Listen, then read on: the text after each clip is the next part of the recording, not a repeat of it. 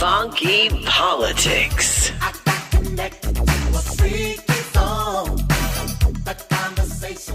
And we're back with Funky Politics, powered by the KUDZUKIAN Network. Our in-studio guest today, we're delighted to have with us. She is the president of The Works Incorporated. Her life work is making communities better, and her name is Roshun Austin. We're glad you're in the studio with us today. Thank you. We're going to be talking about, well, gentrification. Let me stop. Or let me stop you right. Not gentrification. Let me stop you right here. Okay. Let me tell you something, Brownie. You're doing a hell of a job. Brownie. But this particular episode was inspired by my alma mater and the challenges that they're facing right now. Howard University, of course, as you know, is located, for those who don't know, located in Washington, D.C. in the historic Shaw neighborhood. Not Southeast, it's Northwest. It's Northwest. It's Northwest. Upper Northwest. Shaw neighborhood. No, it's not Southeast, but big up Santa Costa, big up Santa Costa, okay? But anyway. It's somewhere in the district. This neighborhood has undergone, over the last, I would say probably 20 years, a major redevelopment overhaul. So the way Howard looked when I went to school is a little bit different than the way it looks now. And I think it's to the good and the benefit of the school, because we didn't have a lot of the amenities that they have now with the neighborhood, but there are some downsides as well. And one of the things they're facing now is that there are a number of residents that are not of the traditional Howard student ilk. Should I say it that way? The colonizers have arrived. Okay. See, I wasn't gonna say it that way, but I guess you could say that. And they're bringing their dogs, and their dogs are walking on our and cholera. Yeah.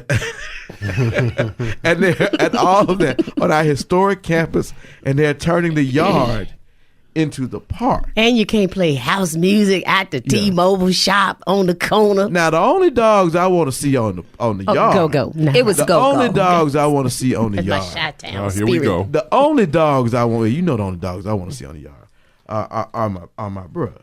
But it brings up a good question, though. It right? brings up a good question, because not only because there are a number of African American or historically black colleges and universities that are in neighborhoods across the nation, that the neighborhoods are having major transformations. They have been, these neighborhoods for a while, no one cared about them. They were dilapidated. Once upon a time, they're some of the greatest places to live. They went down. People came in, redeveloped them, but now we have this whole cultural clash. So we're talking about two things today: gentrification and cultural displacement. Displacement. So we brought the expert, someone I've worked with in community development for years. I won't say how many, but almost 20. Started when she was only 2 years old. Probably more than 20, and I started when I was.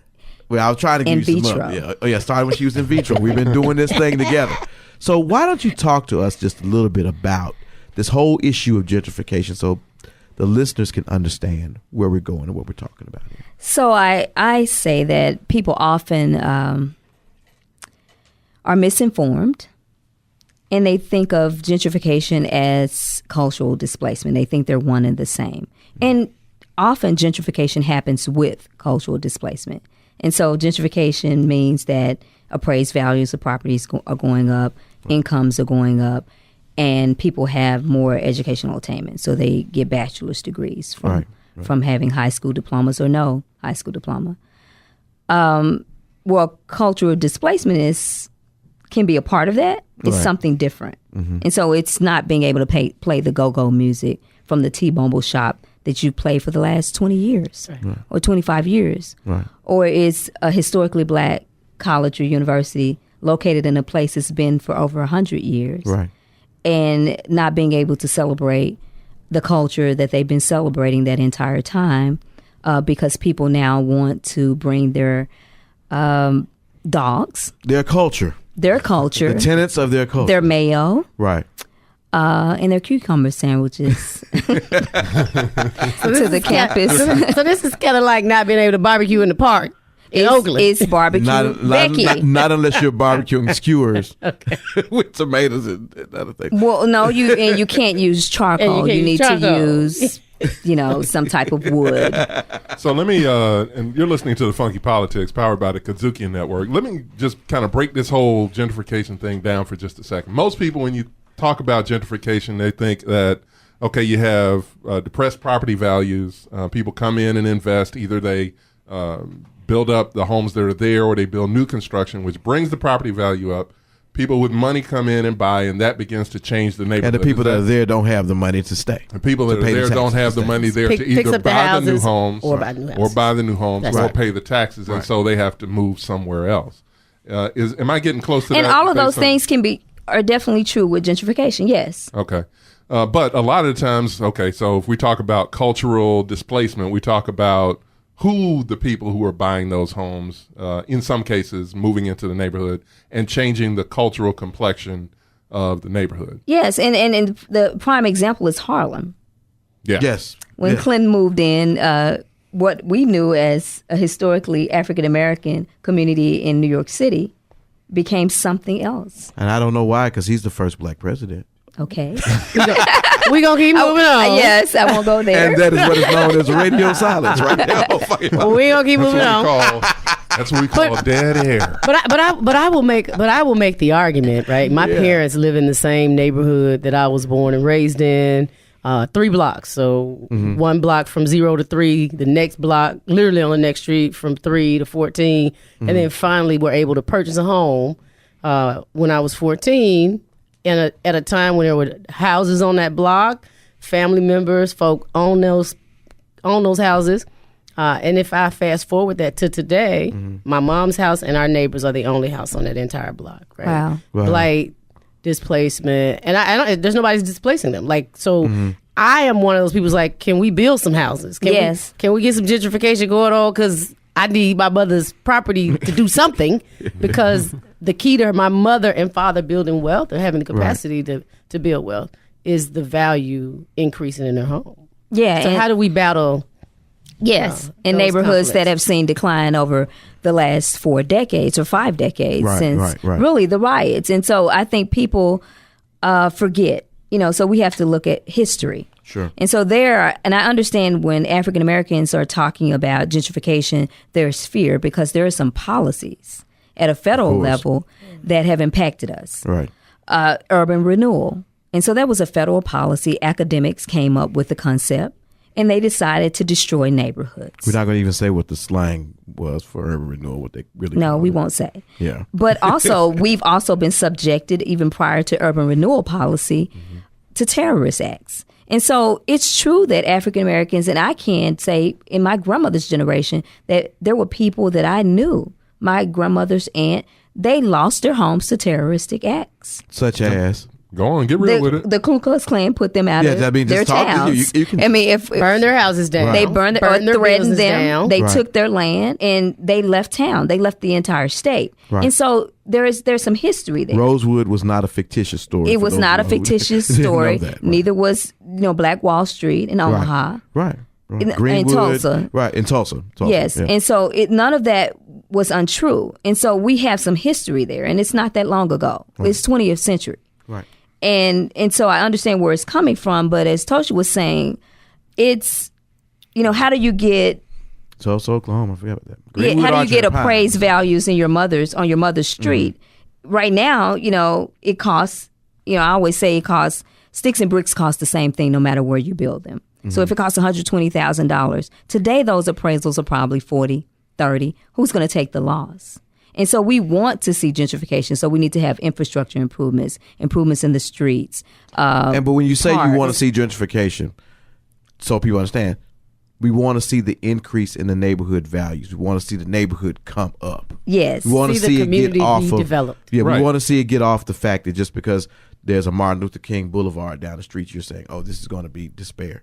This is going to be something that's going to be prosperous. You don't have those places where you go, this is where certain people live and certain other people live. Yes. You want the neighborhood to come up. Because then we're really talking about wealth among African American families. And I say that's erroneous, that African Americans have not experienced wealth and home ownership because the policies prevent that from happening. In Memphis alone, we've seen during the foreclosure crisis, 18% drops in home ownership among African Americans. And then if we had products that in the 90s, during the Clinton administration, they created 110% LTV, loan to value. Right. How is that wealth if I go in upside down? Absolutely. Historically, we don't have a lot of wealth that we pass on. And so we don't have 20% to bring to the table. So I don't go in at 80% loan to value.